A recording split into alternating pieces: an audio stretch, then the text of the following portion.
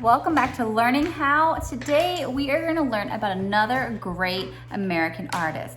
We are learning today about Maria Martinez. Maria Martinez was born in 1887 in Santa Fe, New Mexico.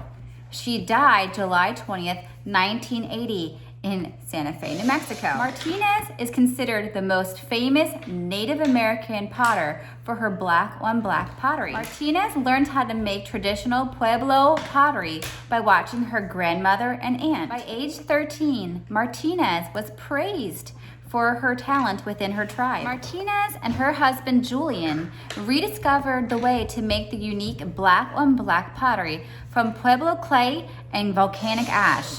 The pottery stood out compared to the common all-red pottery that dominated the pottery of the previous generation. So all-red pottery was the thing within the tribes, and so that was what was common for the most pottery for that time. But then for all those generations, but she rediscovered how to make the special black-on-black pottery. In the mid-1920s, Martinez's pottery became very popular, and she began to sign her name to the pottery as it became art rather than a household object. Martinez made the pottery by mixing clay and volcanic ash. She made the clay into coils, and then she combined the coils and shaped and scraped and smoothed them so that it formed her pottery. Once the jar was dry and hardened, she polished the surface with a stone. And finally, her husband Julian painted the pottery with liquid clay. During the firing process, the oxygen supply was cut off and produced carbon smoke. This is how the matte black design was created to contrast the highly polished black areas. So you're thinking, how can black show up on black? Well, this is how they did it. Now, this is the part that I truly love about Martinez's story, is that Martinez and her husband, they trained 3 generations of their family how to create the black-on-black pottery. And before she died, she said, when I am gone, essentially other people will have my pots. But to you and to the rest of my family, I leave my greatest achievement, the ability to make pottery. I love that. So for today's art lesson, you are going to be creating your own pottery.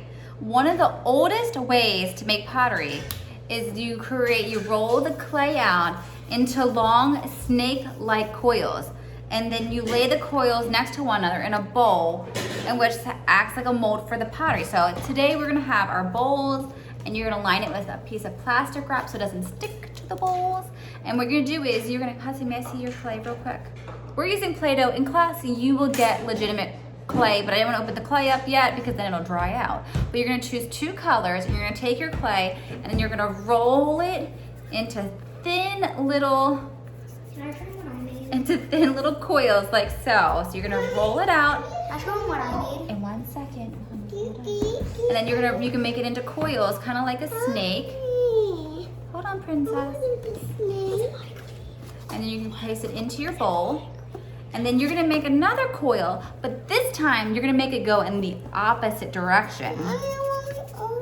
You wanna make your own? You're gonna make your own, princess. Okay, hold on 1 second.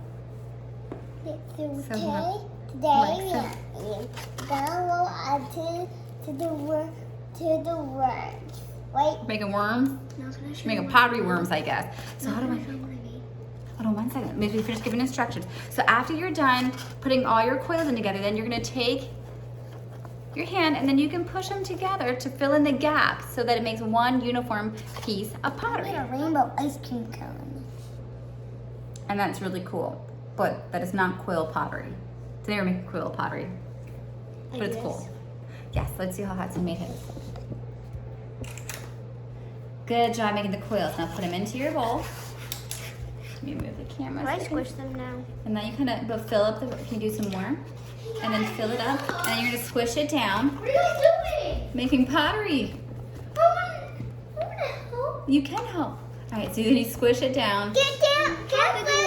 And then you make your own pottery. That's a good question. He asked, is this too thin? And no, it's not. Your pottery and your coils can be different shapes. Some can be wide and some can be thin. totally up to you. It's your pottery. But eventually you will smooth them all together. So maybe you have a couple little small guys in there and a couple big guys. And then you can totally make it unique to you. What am I supposed to do? You do it until your bowl is filled up. And then you're gonna take your fingers and you're gonna press it down to fill in all the gaps so that, because if you had holes in your pottery, what do you think would happen? It wouldn't turn out right. It would not. Your food would come spilling out, wouldn't it? So press it down and make a piece of pottery. You might, since yours are kind of thick, you might need to like, those they will probably push down pretty good. Okay, princess, hold on. So you just do that until your bowl is filled up. Good imagination.